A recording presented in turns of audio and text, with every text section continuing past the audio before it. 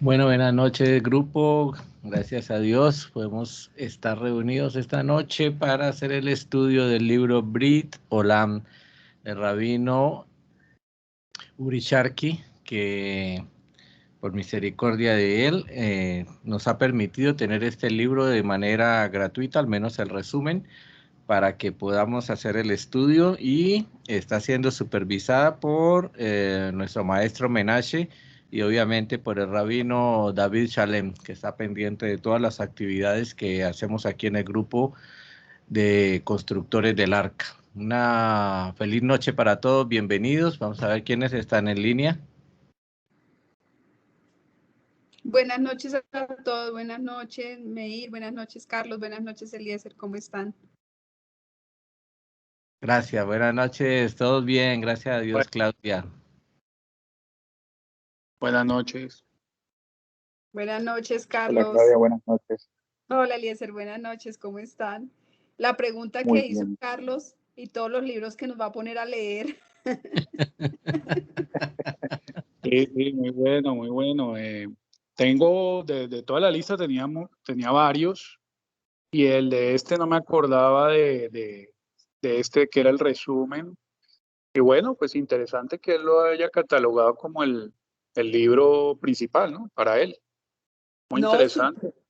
súper la lista que te entregó, pues que mandó al grupo, porque está muy interesante toda la lista, súper, Baruch Hashem, parece súper chévere. Listo, bueno, entonces, primero que todo, bienvenidos a todos, muchas gracias por participar en este estudio. Como les dije antes, vamos a dejar la clase grabada con un enlace privado en el canal de YouTube. La idea es de que todos podamos participar y hacer comentarios. Mi propuesta siempre es para los grupos de estudio que cada uno tenga un cuaderno designado para que no solamente tome notas, sino para que escriba sus propios comentarios y sus preguntas, y esas preguntas las haga ya sea en privado, en público a través del grupo de WhatsApp. Se las pueden hacer a Menashe para que resuelva más profundamente cualquier tema que haya quedado pendiente. Este es un método, no sé cómo se llamará científicamente, pero la idea es que a medida que vamos avanzando vamos a ir escribiendo nuestra propia versión del libro, nuestro propio resumen como a manera de comentarios, porque el día de mañana cada uno de nosotros también va a tener grupos a cargo para enseñarles, para compartir este tipo de enseñanzas. Entonces, antes que nada, darle gracias a nuestro creador, bendito es, que nos ha permitido el mérito de estar reunidos esta noche estudiando el libro de Brit Olam, y también en mérito de la salud y de la vida, larga vida para nuestro rabino David Shalem, para su secretario Menashe Benítez y para el presidente de Brit Olam, el rabino Uri Sharki. Para todos ellos, grandes bendiciones de lo alto, y que Dios los tenga siempre guardados y protegidos para que podamos seguir disfrutando mucho tiempo más sus enseñanzas. Ok, bueno, arrancamos entonces con la introducción. La clase pasada habíamos dicho que este estudio está dirigido propiamente para aquellas personas que ya entienden lo que es ser un hijo de Noé, un noágida. No es para una persona novata que apenas se está familiarizando con el término, porque aquí ya vamos a entrar en materia de lo que son los 7 preceptos. Entonces, sabemos, todo novaje ya debe saber que hay 7 preceptos universales que debe cumplir, que son distintos a los 613 preceptos que debe cumplir un judío, y que este noágida conoce ya lo que es el concepto de un solo Dios, único e indivisible. Esto lo hace de una manera racional y aceptando, esta es la parte fundamental, que los 7 preceptos también fueron entregados a Moisés por Dios mismo en la entrega de la Torá en el Sinaí, aunque ya habían sido dados a Adán en la creación del mundo y posteriormente a Noé. Eso lo explicamos muy someramente la clase pasada, y es uno de los temas que yo pienso que a la persona neófita le causa mayor confusión, porque primero que todo nunca ha oído hablar de los 7 preceptos. Siempre por lo menos en el mundo cristiano, siempre se han enseñado 10 mandamientos extraídos del Pentateuco, y se supone que esos son los 10 mandamientos únicos para todas las naciones, porque fueron los que Moisés bajó en las tablas. No se habla de los 613, pero sí se habla de los 10 mandamientos, desconociendo que no eran esos mandamientos para las naciones, sino que eran los 7 que ya existían y que pues desde la época de Noé no habían sido cumplidos. Entonces allí es como difícil de aceptar, por lo que les digo, por el desconocimiento que hay acerca del tema. Entonces, estas, por razones históricas y los sucesos del pueblo judío, que no ha tenido tiempo para dedicarse enteramente al tema de los noágidas, porque primero que todo con las invasiones y las persecuciones, pues han estado muy preocupados ellos en su trabajo de, primero que todo, armar la Torá escrita, lo que era el Talmud, porque venía de una tradición oral. Entonces escribir esa parte oral para complementar la Torá que ya había sido escrita, pues fue un trabajo de muchos siglos, y muchos sabios dedicaron su tiempo a eso, y más pues con la forma de ser y de pensar del pueblo judío, que es muy dividido y que todo lo cuestiona. Entonces yo me imagino todo el trabajo que tuvieron que hacer para poder compilar de una forma escrita esto. Entonces obviamente no quedaba mucho tiempo para dedicarse a los noágidas, porque de hecho en ese momento pues las naciones del mundo eran las que siempre han estado en contra del pueblo judío, persiguiéndolos, haciéndoles la vida difícil, y viviendo de exilio en exilio. Entonces, pues hasta la fecha, hasta nuestros días, a partir de los años 47, cuando ya se establece la República de Israel, no hay propiamente un texto explícito que le permita al noágida avanzar en la vida.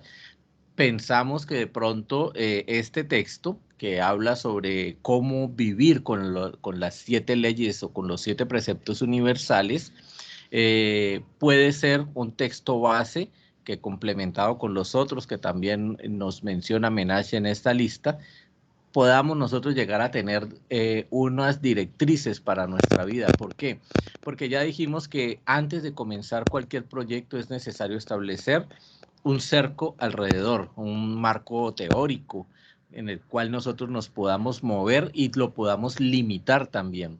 Entonces, comenzamos con los 7 preceptos de ley, de fe del pueblo judío, y a eso le añadimos las 7 leyes universales de los noágidas. Entonces, sabemos que el camino no es fácil, que al igual que la Torá, la sabiduría de Dios es infinita, y por lo tanto, creo yo que es necesario revisar todos estos textos y los comentarios con fin de que podamos hallar el mensaje oculto que está destinado para el desarrollo espiritual del noágida. ¿Por qué hablo del significado oculto y no solamente de la forma textual? Varios rabinos que se dedican al estudio de los noágidas han concordado con que no basta con leer libros, no es aconsejable, primero que todo porque están escritos desde una perspectiva judía para judíos. Entonces, todo lo que tenga que ver con las naciones está de una manera oculta, y muchas veces hay que remitirse al Midrash, a la Mishnah, a otros textos, para poder mirar en qué contexto fue escrito eso, en qué contexto fue dicho, y si es aplicable para los noágidas. Entonces, al no tener esa guía rabínica, la persona que consigue el libro y que hace su autoestudio, o que de pronto se complementa con cualquier tipo de material que ve en las redes sociales, es muy fácil que caiga en errores conceptuales. Entonces, esta persona después va a estar en público hablando con propiedad de lo que él sabe, de lo que ha leído, que es muy válido, pero va a estar errado en esos conceptos, y entonces allí va a estar cometiendo una transgresión, porque va a estar enseñando cosas que él dice que son de Torá, pero que en realidad no son aplicadas para las naciones, para los noágidas. Si comprenden entonces la magnitud de la importancia de tener la guía rabínica, porque es que hay gente que critica, ¿no? Que dice que por qué la guía rabínica, que no sé qué. Pienso yo y estoy de acuerdo con este punto de vista.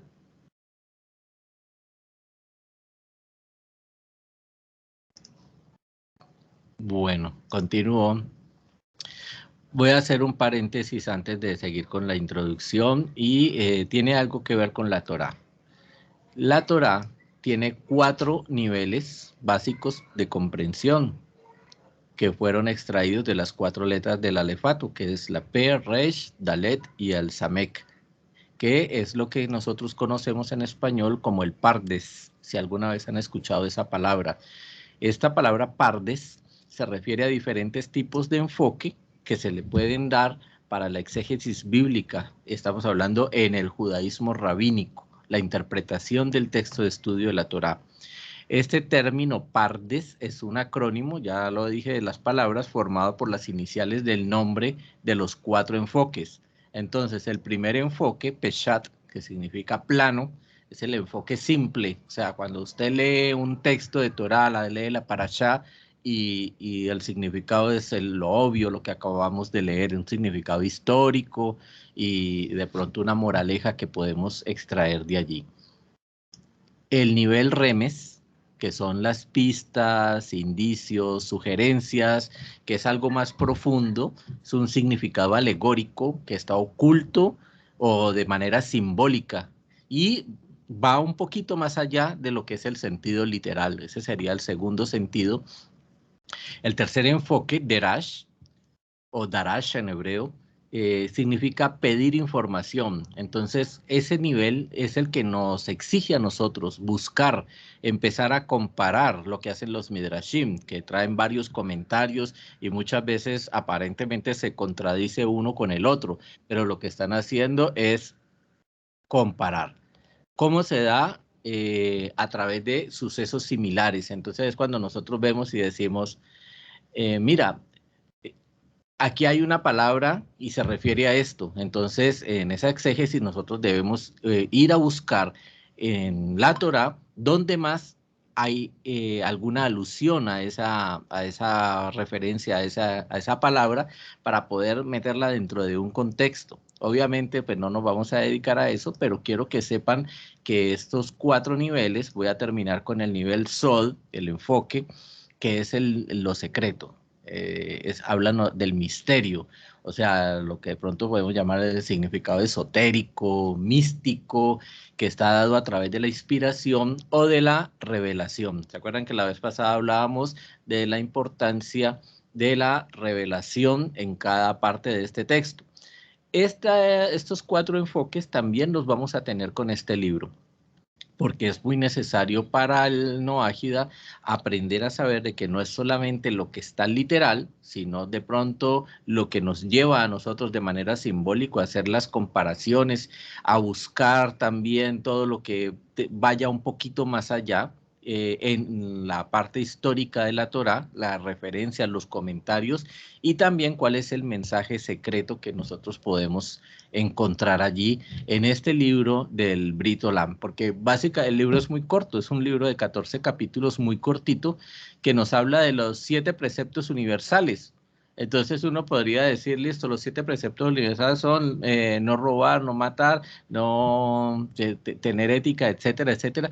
Y ya, listo, terminamos. Pero con estos 4 enfoques sabemos de que este estudio de pronto nos puede llevar mucho más tiempo y es algo que es muy, muy profundo. Por eso traigo aquí alusión de que la Torá es llamada Etz Yaim, que significa un árbol de vida. La Torá es un árbol de vida según Misley 3:18. Y esto se debe a que el estudio de los relatos y pasajes halágicos de la Torá es como estudiar un árbol. Entonces uno puede estar a una distancia lejana y contemplar todo el árbol en su totalidad, desde el tronco hasta la punta del árbol. O puede acercarse y entonces empezar a estudiar cada hojita, las semillas, las flores, cómo es la corteza, las raíces, ramas, los frutos, empezar a comparar texturas, bueno, aromas, etcétera. Así es la Torá, y en ninguno de los dos casos el estudiante va a adquirir un conocimiento completo de ese árbol. No importa si lo mira desde afuera completo o lo mira escudriñándolo. Asimismo nos va a pasar a nosotros con este texto. Este estudio no quiere decir de que lo hacemos y entonces ya comprendimos el Brit Olán completamente, pero sí nos va a dar una noción de lo que está escrito allí, y con los aportes que nos da el rabino David Shalem y el mismo Uri Sherki, nos vamos a dar cuenta entonces de cuál es el sentido que puede tener para nosotros Brit Olán para las comunidades no ágidas. ¿Me hago entender en ese punto?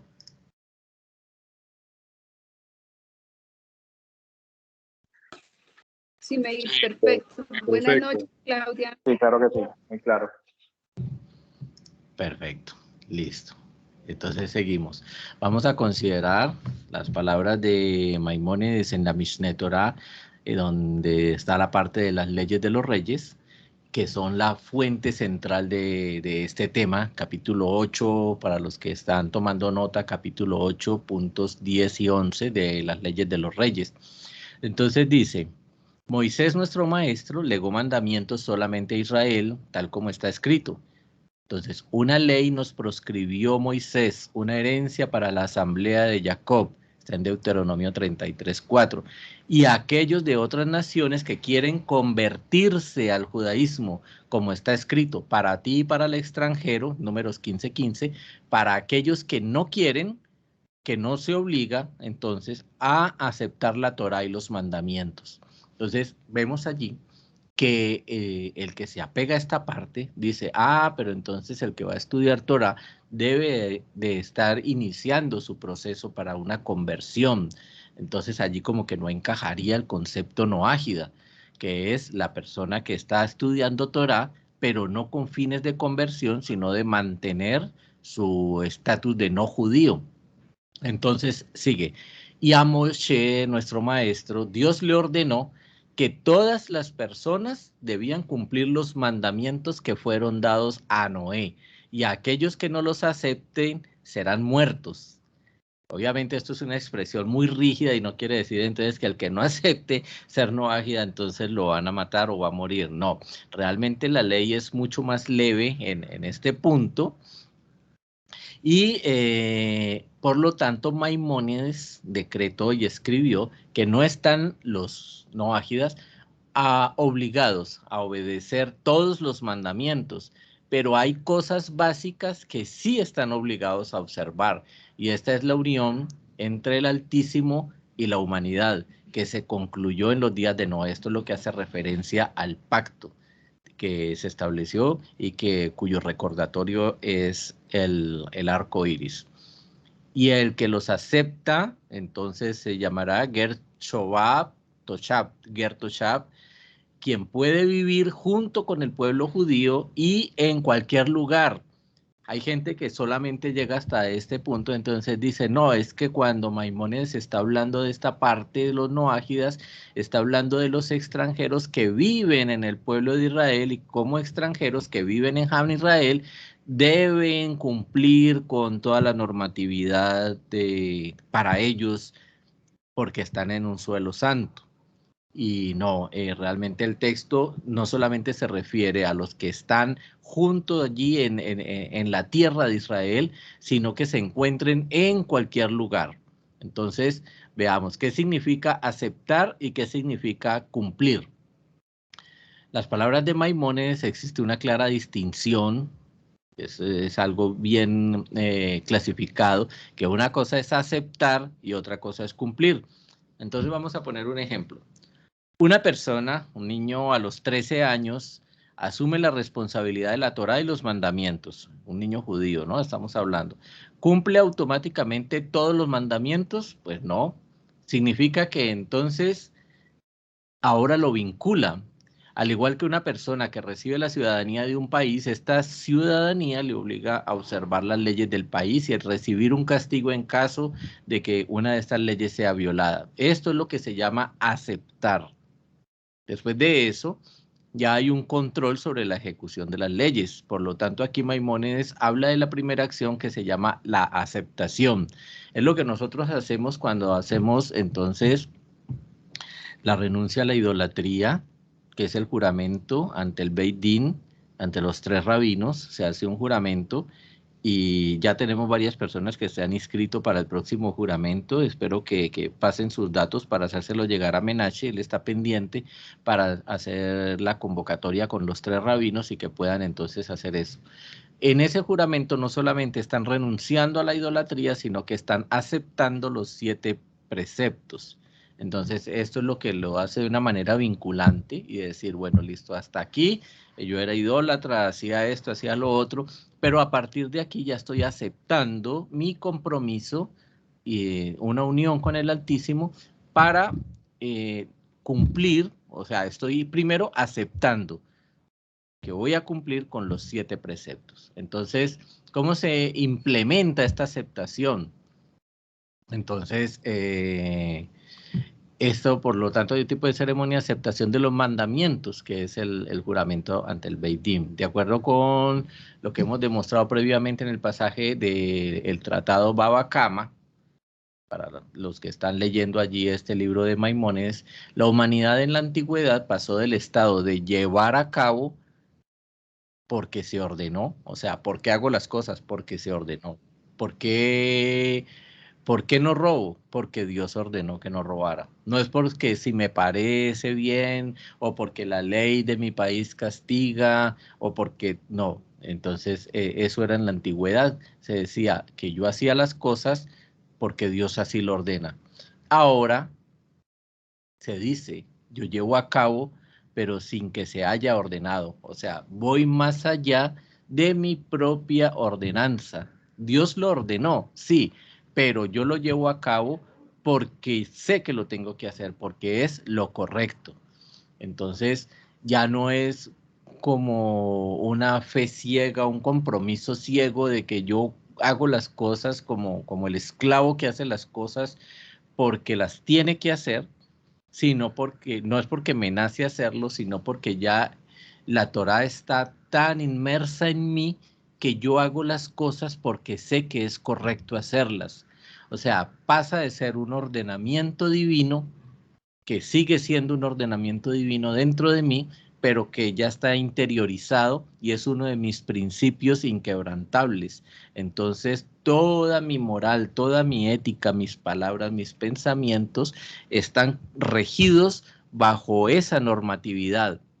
No necesito que esté escrito y que me diga de pronto cuando usted va por una carretera y dice pare, entonces uno para porque está escrito que dice pare. Ahora no hay letrero, usted va por la carretera, pero sabe que en ese punto debe parar porque si no usted puede causar un accidente. O sea, ya se vuelve uno prudente y ahí es la diferencia de la persona que necesita que constantemente se le esté atajando, se le esté instruyendo, se le esté diciendo las cosas, se le esté recordando a la persona que ya está más capacitada, que ya está más ducha en esto, en temas de Torah, y sabe entonces que con estos 13 principios no necesita estarlos repitiendo ni diciéndolos de boca para afuera, sino que los ha hecho como si fuera su normatividad de vida. Y esto es su marco teórico de moral y eso es lo que lo distingue como persona. Es lo que yo de pronto expresaba entre lo que es ser el noágida teórico al noágida práctico.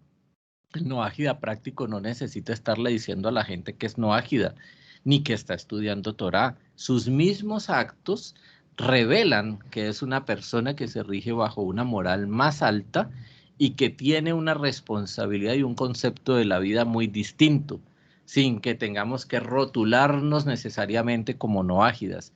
es cuando uno ya interioriza todos estos conceptos, y es lo que nosotros esperamos lograr con este curso, que estas 7 leyes sean tan interiorizadas en nosotros que no tengamos que estarlas repitiendo constantemente. Obviamente el estudio de la Torá no termina, y no quiere decir entonces de que vamos a dejar de estudiar, porque vamos a pasar de un nivel en el que ya está interiorizado a uno de los siguientes 3 niveles que requieren que nosotros hagamos comparaciones, que nosotros hagamos investigación, y por último también que nosotros hallemos el mensaje oculto que hay para cada uno de nosotros en cada una de estas leyes. Algunos rabinos hablan de que estas 7 leyes pueden llegar incluso a derivarse hasta en unas 300 algo, otros hablan de 100 y pico. Bueno, todo depende del enfoque que usted le dé. Usted puede encontrar todas las derivaciones que usted considere, de leyes tan sencillas como, por ejemplo, no comerás parte de animal vivo. Entonces, la gente siempre se refiere, el sentido literal, en el enfoque literal, sería así: un animal que todavía se está moviendo, de que, por ejemplo, la gallina, entonces le cortaron la cabeza, la gallina sigue aleteando, y de todas maneras, entonces yo como que me la como así, de esa forma. Entonces, no se refiere tan literalmente, ese es el sentido literal, pero un sentido más profundo tiene que ver con el control del deseo.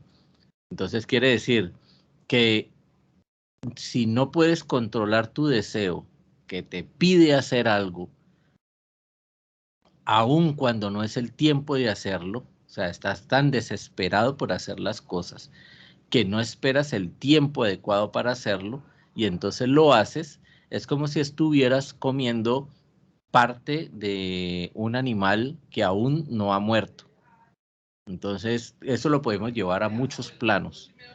Por decir algo, usted siembra un árbol, usted sabe que la Torá dice que usted no debe comer del fruto de ese árbol hasta pasados 3 años, debe abonar la tierra, y un momento donde usted ya no puede hacer nada por ese árbol, debe dejarlo quieto, y después de esos 3 años usted come los primeros frutos, y esos primeros frutos son ofrendados, porque el primero que debe disfrutar de esos frutos es el Creador. Entonces, se deja esa primera cosecha, y usted ya a partir de esa primera cosecha, de la siguiente, entonces es que puede venir ya a disfrutar de esos frutos, siempre bendiciendo las frutas, porque cada vez que usted bendice una fruta, usted está dándole bendición a ese árbol, que siga multiplicando sus frutos, y dándole gracias a Dios, sabiendo de que usted no ha hecho nada realmente por ese árbol, que ese árbol es parte de la creación, y usted lo único que hizo fue ser un trabajador dentro de ese huerto, y como tal está disfrutando de ese fruto,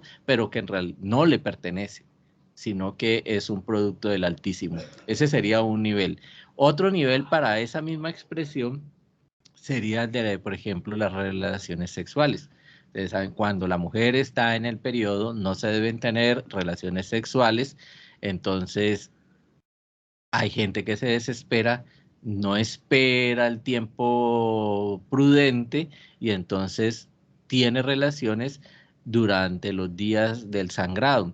Entonces, eso constituye también una falta, y tiene que ver con esta palabra que estamos diciendo. Estás tan desesperado que no puedes esperar a que el animal se muera para comer de él. Y así es con muchas otras cosas. La gente que roba, porque está allí algo y no se puede controlar, y entonces lo toma, no está asaltando, no está robando, está hurtando, pero dentro de todo ese dilema llevado a la práctica, está robando. Entonces vemos de que en cada uno de los preceptos hay niveles, y de hecho son 4 niveles para cada uno de los preceptos, y si empezamos a multiplicar por cada uno de esos, nos van a salir muchas derivaciones de cada uno de ellos. Hasta ahí me estoy haciendo entender. Voy a dar tiempo para alguna pregunta, alguien que quiera decir.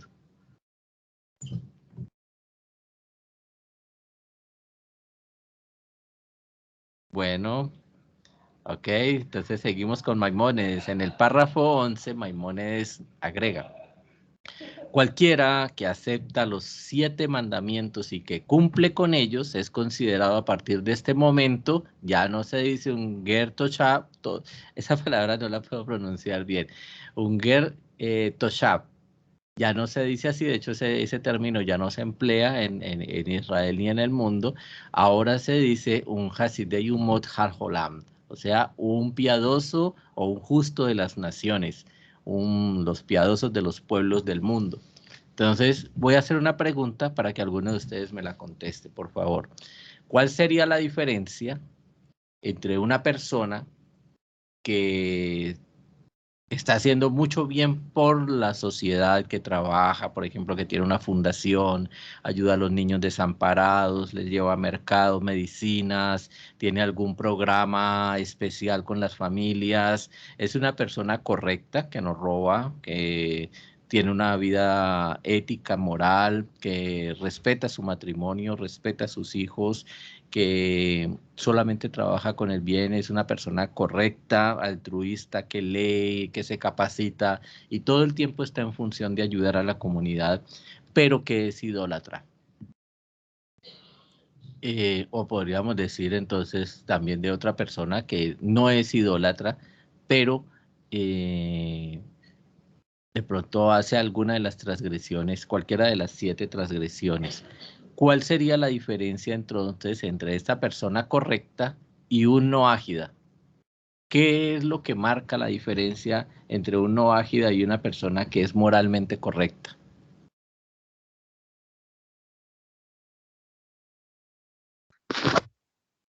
Sí, el que es moralmente correcto es el sabio entre las naciones, el que hace cosas correctas porque en sí mismo las cosas son correctas y hay una moralidad atada a eso, intrínseca, pero no reconoce, y ahí sí entra el no agida sería el justo entre las naciones, que reconoce que que hay ciertos preceptos mandados por Dios que obviamente encajan dentro de la moralidad, pero porque son mandados por Dios los hacemos. Entonces tenemos ese conocimiento y lo hacemos por eso. Mientras que el otro hace buenas obras, tiene una moralidad y una ética, pero no tiene la conciencia de hacerlo directamente porque es algo mandado por Dios. Creo que es eso. Bueno, ¿alguien más tiene algo que decir?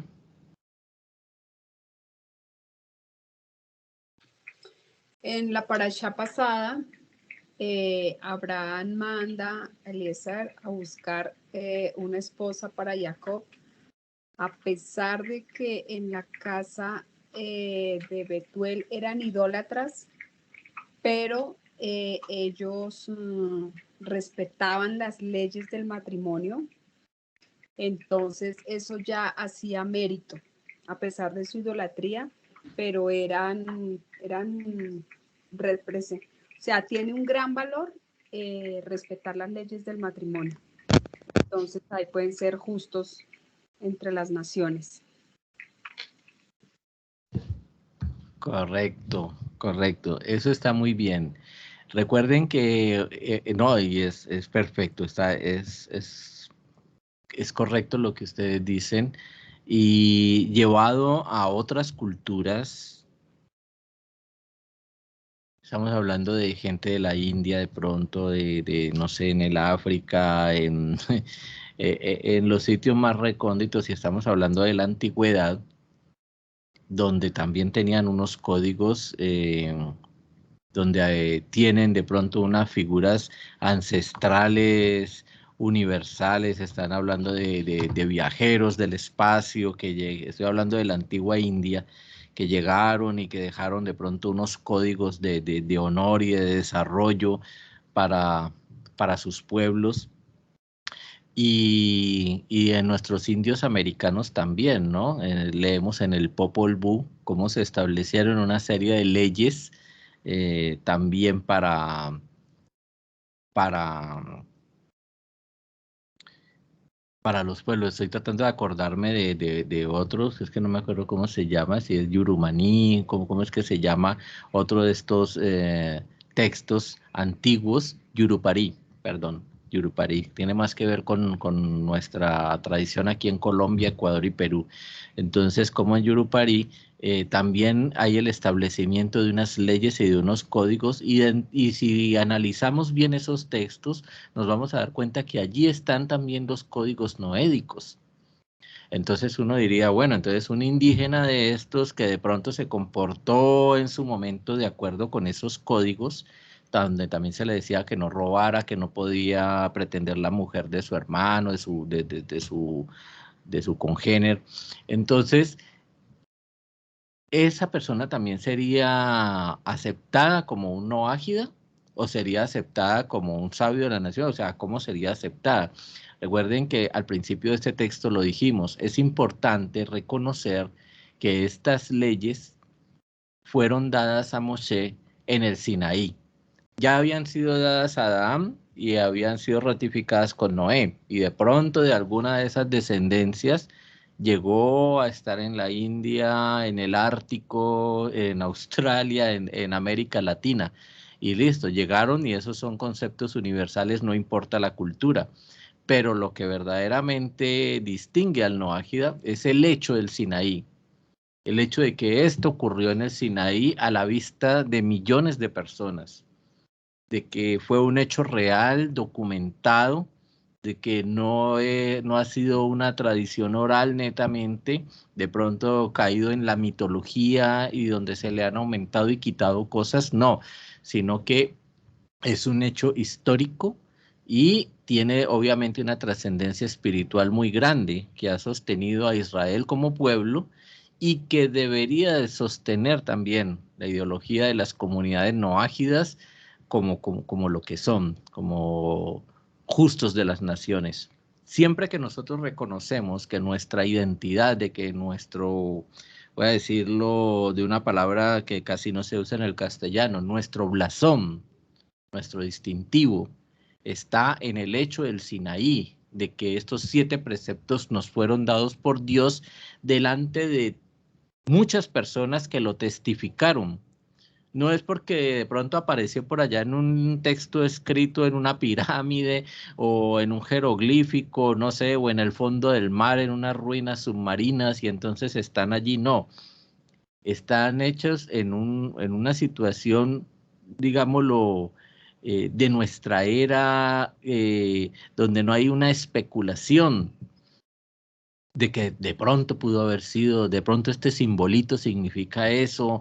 No, es que aquí hay como la forma de un platillito volador y entonces quiere decir que vinieron de las Pléyades o de las sistema de estrellas de Orión, y que por eso es que Dios es extraterrestre, y bueno, tantas cosas que nosotros vemos en las redes sociales y que confunden la mente, sobre todo de los muchachos, y lo estoy hablando por experiencia propia porque yo pasé por esa época desde los 13 años, cuando no había internet, pero llegaban libros y uno escuchaba historias, y entonces uno especulaba mucho y hacía una mezcolanza de cosas, pero ya estaba gestándose la duda y uno sabía que había algo más. Lo que pasa es que no tenía las fuentes y la información para poder organizar todo el muñeco y decir, ah, ya, es que el texto completo quiere decir.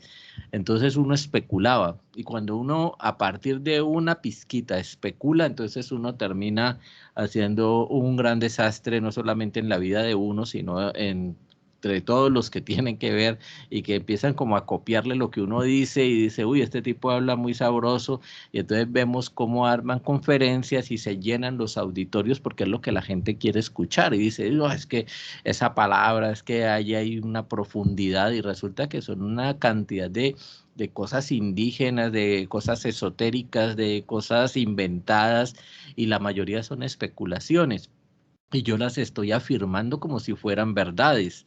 Entonces, si esa persona se ve muy respetable con su saco, con su corbata, en medio de un auditorio de 5 estrellas, pues hombre, hay que creerle porque este tipo sabe mucho, ha vendido muchos libros, y entonces es una persona que hay que reconocerle. Resulta que no.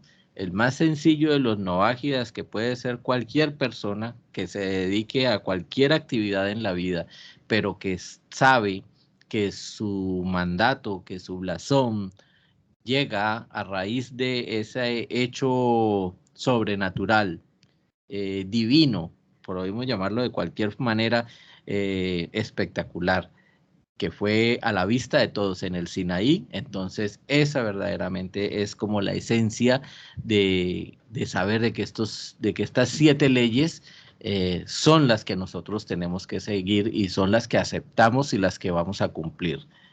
¿Me hago entender en ese punto?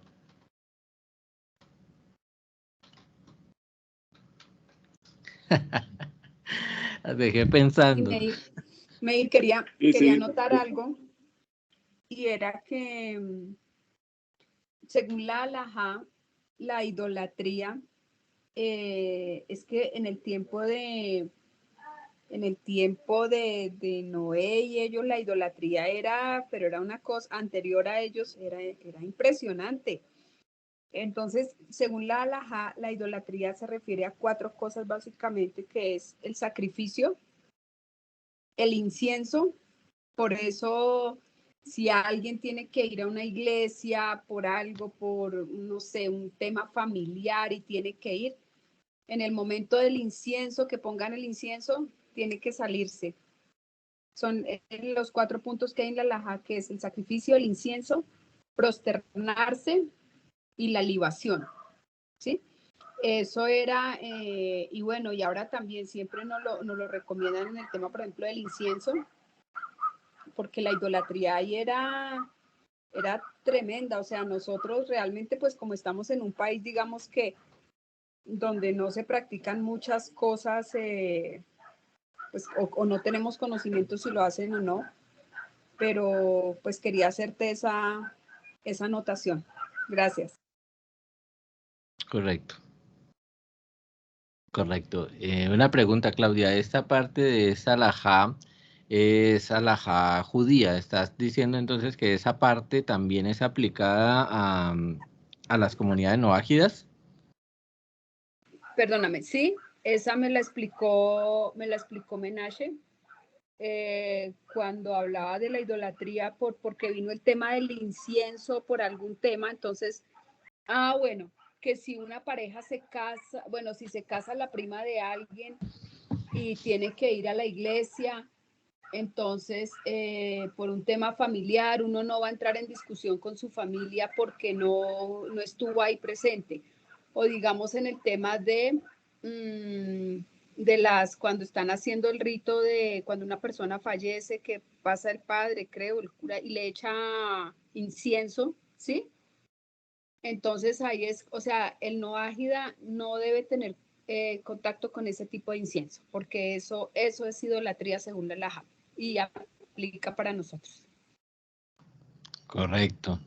Sería interesante, Claudia, analizar. Yo trabajé como camarógrafo de eventos durante muchos años, hasta que ya los ojos pues ya no me dan más para mirar por una cámara. Y estuve en cualquier cantidad de matrimonios y bautizos y entierros, pero más que todo matrimonios. Yo era camarógrafo de video, siempre he sido camarógrafo de video.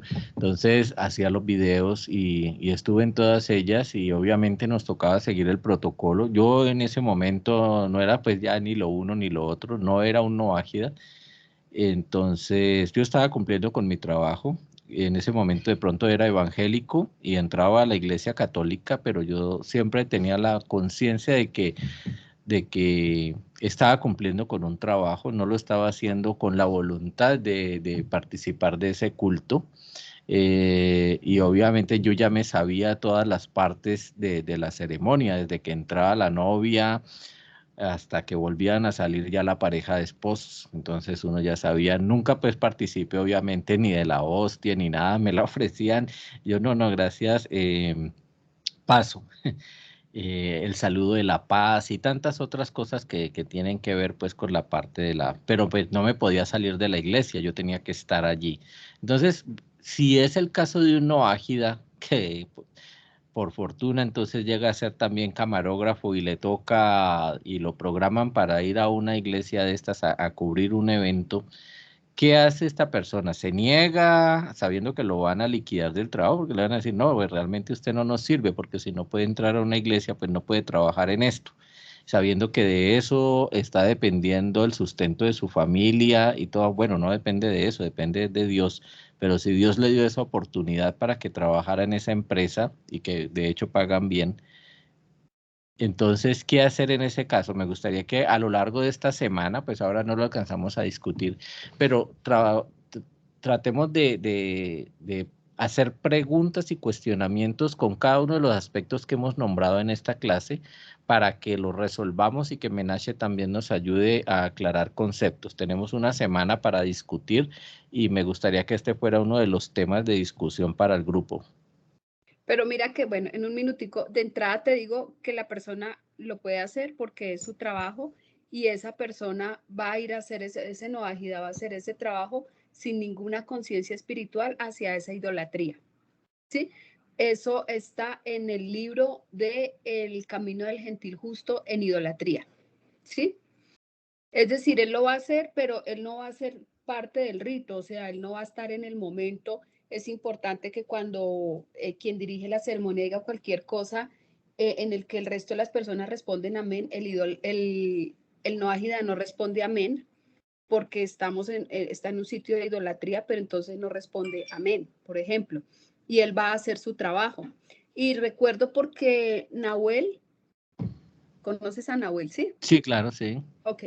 Nahuel es artista, entonces él decía que le mandaban a pintar como temas de idolatría, ¿sí? Y que pues, es decir, en su momento en que él es artista, pues él lo hace, pero no lo hace con la conciencia de, si no hay que hacerlo con la conciencia que es el trabajo por el que va a recibir un tema, ¿sí? Durante el tema que lo esté pintando, pues no hace ninguna referencia a algo espiritual o algo. Esa es la explicación que nos daban. Sí, pero mira, entonces, pero acabamos de decir entonces que si por temas de familia uno tiene que ir a la iglesia, igual uno iría con esa convicción de que va es por acompañar a la hermana o a la prima o a la amiga, no sé, Ese pero tema no. salió, ese tema salió en la penúltima clase con Menashe, entonces él decía, y Menashe siempre ha dicho, la familia es importante.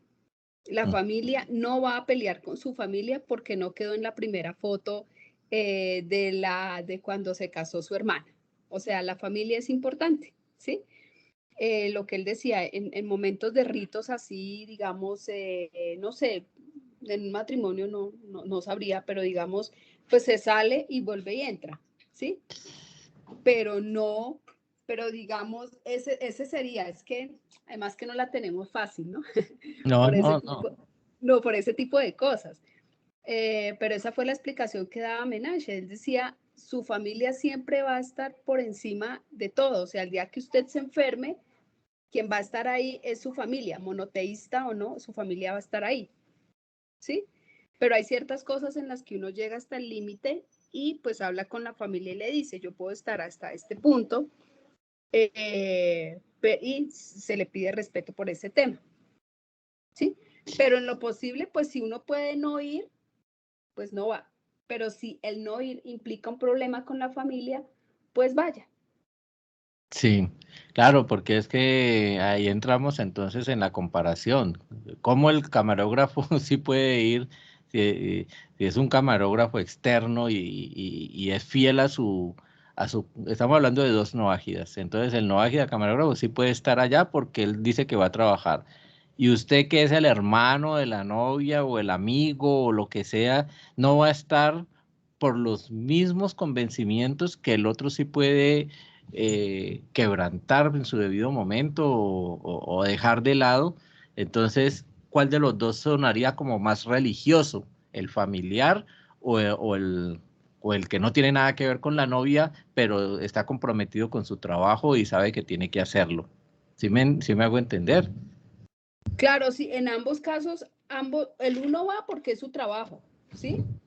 Los judíos tienen normalmente en sus empresas y todo, mucha gente que, pues la mayoría, digamos, aquí en las empresas, la mayoría todos son pues de otras religiones, el único que es judío pues es el jefe en algunos casos, ¿sí? Y él tiene que, porque si aspira a recibir solo judíos, pues no, va a ser muy difícil, ¿sí? Claro. Complicado. Pero en ambos casos, porque esa pregunta salió en ambos casos, ambos tendría que ir, uno porque es el familiar y el otro porque es su trabajo. Es lo que a lo que tú haces referencia con el no agida práctico. ¿Cómo es el no agida? Teórico contra el practicante. Exacto. Entonces el practicante sabe que puede ir en ambos casos, o sea, sí, está consciente, su conciencia es que no tiene que hacer ciertas cosas, pero igual va. Correcto. Qué bien. ¿Alguien más quiere anotar algo?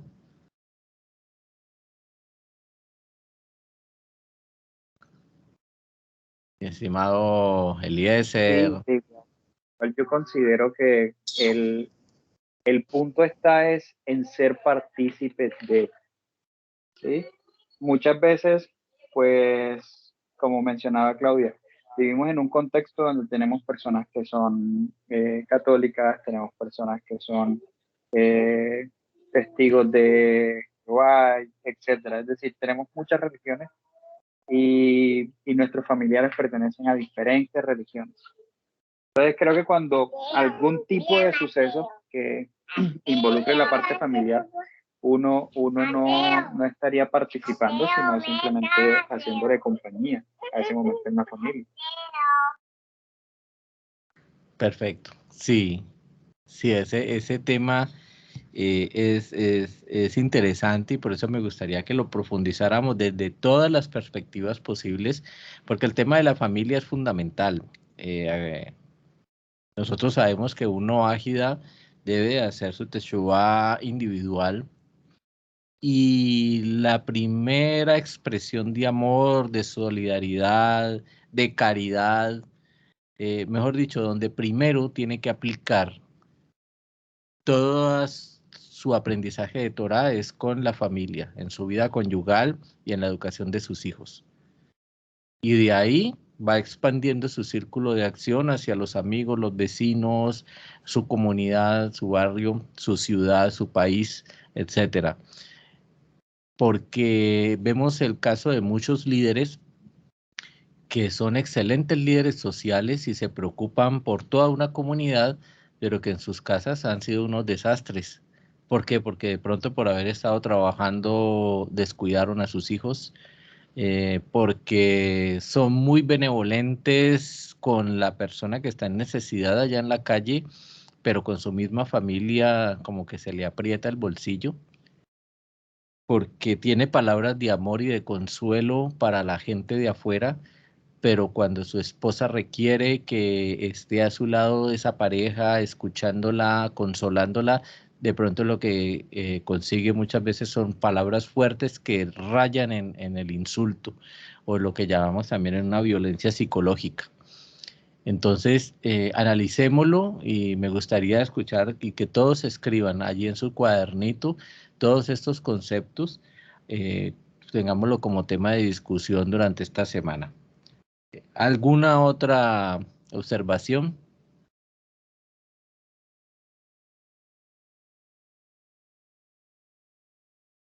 No, Bueno, que me encantó el punto de vista de la comparación que hiciste con lo de no comer parte de un animal vivo, porque pues en la superficialidad uno dice, no, pues, ¿quién lo va a hacer? O sea, sí, es como un tema de crueldad, pero ya poniéndole esa profundidad que tú le das, me parece supremamente interesante, te lo agradezco mucho. bueno, yo soy buen estudiante, te digo que tengo mis apuntes, entonces le agradecemos a los rabinos que nos han enseñado a tener esa profundidad en el pensamiento y por eso es importante tomar las notas. Así a lo largo de este curso vamos a tener notas, muchos de los textos que están allí han sido ampliados por el rabino David Shalem. Les invito para que entren a la página de Brit Olam y miren, o en el canal de YouTube de Brit Olam, y miren de pronto si encuentran algo que tenga que ver con el tema, y podemos sacar aportes allí con respecto a esta introducción que estamos haciendo del libro. Incluso hay rabinos que han hecho comentarios acerca han escrito libros, comentarios de Brit Shalom, del libro de Uri Sharkey, del rabino Uri Sharkey, perdón, y entonces también nos sirven como una base guía, porque no me gusta siempre emitir como mis propios conceptos que pueden llegar a estar errados, dado que yo no soy un experto en alajá judía, no he estudiado, no he tenido antes de pronto la dirección rabínica necesaria, ni tengo el tiempo ni la experiencia para emitir un juicio sobre eso. Pero sí tomo mis apuntes y todo lo que les he dicho ha sido basado, porque no lo dije yo, sino que ha sido de pronto escrito en alguna parte por alguna autoridad rabínica. Bueno, yo creo que ya completamos 1 hora y con esto damos terminada entonces la introducción del libro. Para la próxima semana dedicamos un espacio para mirar las preguntas y respuestas. Y si no nos alargamos, entonces empezamos con el capítulo primero. ¿Les parece entonces que vamos llevando una buena dinámica de esta manera?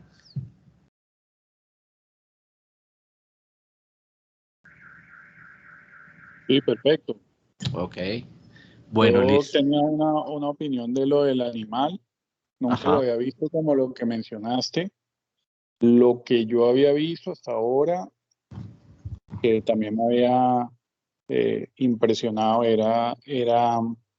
pues no lo conocía o no lo sabía hasta antes de entrar en este mundo, y era lo siguiente, que esa ley tenía que ver con, evidentemente, evitar un tema de crueldad animal, o sea, que no debemos ser crueles hacia los animales, y tenía que ver con algo que era que no existía nosotros porque nacimos con electricidad y neveras y refrigeración, pero parece que habían prácticas de que no existía obviamente la nevera y eso, y había gente que iba matando el animal de a poquitos como un método de conservación de la carne. O sea, como que haz de cuenta, le quitas una pata y el animal sigue vivo y lo cauterizas o algo así y te comes la pata. Y así. Y que esa era como una prohibición muy en ese sentido, en jamás participar en una crueldad de esas, ¿no? Eso es lo que yo aprendí obviamente se lo oía a rabinos y eso, pero no lo sabía. Perfecto, listo. La próxima semana, cuando demos inicio al primer capítulo, vamos a mirar el contexto que tienen las 7 leyes, que básicamente son 7 prohibiciones o 6 prohibiciones y una más que ha sido añadida. Vamos a mirar que eso tiene un concepto de algo. Hay 3 que tienen que ver con Dios, 3 que tienen que ver con el hombre y una que no me acuerdo en este momento dentro de qué clasificación está. Pero vamos a hacer ese prólogo antes de iniciar de lleno entonces con la primera ley no ágida. Y no me queda más sino desearles a todos una feliz semana, buena y bendecida, que tengan muchos éxitos en su vida laboral, en su vida profesional, en sus casas, llenos de amor hacia los suyos, a los que tienen pareja, sus parejas, a sus hijos, que sean buenos hermanos, buenos hijos, buenos padres, buenos vecinos y que sigamos participando en el grupo, hagamos que ese grupo de WhatsApp, invitemos gente para que participe. Hay una persona por allí que me contactó por la página y que quiere ingresar al grupo. Yo les pido a todos que tengamos paciencia porque dentro de las personas que llegan personas completamente neófitas que ni siquiera saben qué es ser la palabra no ágida. Hay otros que en cambio están muy adelantados, han estado en otras comunidades. Entonces, tratemos de conllevarnos y de pues mirar de que si alguien hace algún comentario, de pronto no ir a ser agresivos, sino tratar de llevar luz siempre, orientar, y si es del caso y hay que aclarar algo, entonces lo hacemos como hace Menache, de pronto por interno, lo llamamos y lo consultamos y podemos hablar con él. Todo dentro de las normas de respeto y de sana convivencia, porque la idea no es hacer aquí pues una comunidad rígida y que esto no es una prisión tampoco ni un internado, sino que todos estamos aprendiendo. Pienso yo que lo podemos hacer durante esta semana. Entonces, no, para todos una feliz noche y un abrazote grande desde aquí, desde Cali. Muchas gracias, Neil. Feliz noche. Interesante la Feliz clase. noche. Gracias. Muchas gracias. Gracias, Medir. En 8 días por este mismo canal a la misma hora. Por este mismo canal y a la misma hora, sí. Muchas gracias por su atención, por su participación y los esperamos. Esto queda grabado y lo voy a poner, yo les comparto el enlace privado por el grupo de WhatsApp. Gracias. Gracias, Ok. Meir. Feliz noche, Carlos. Feliz noche, Eliezer. Claudia, feliz noche. Gracias. Hasta Bueno, luego. feliz noche. Muchas Gracias. gracias. Hasta luego. Feliz noche.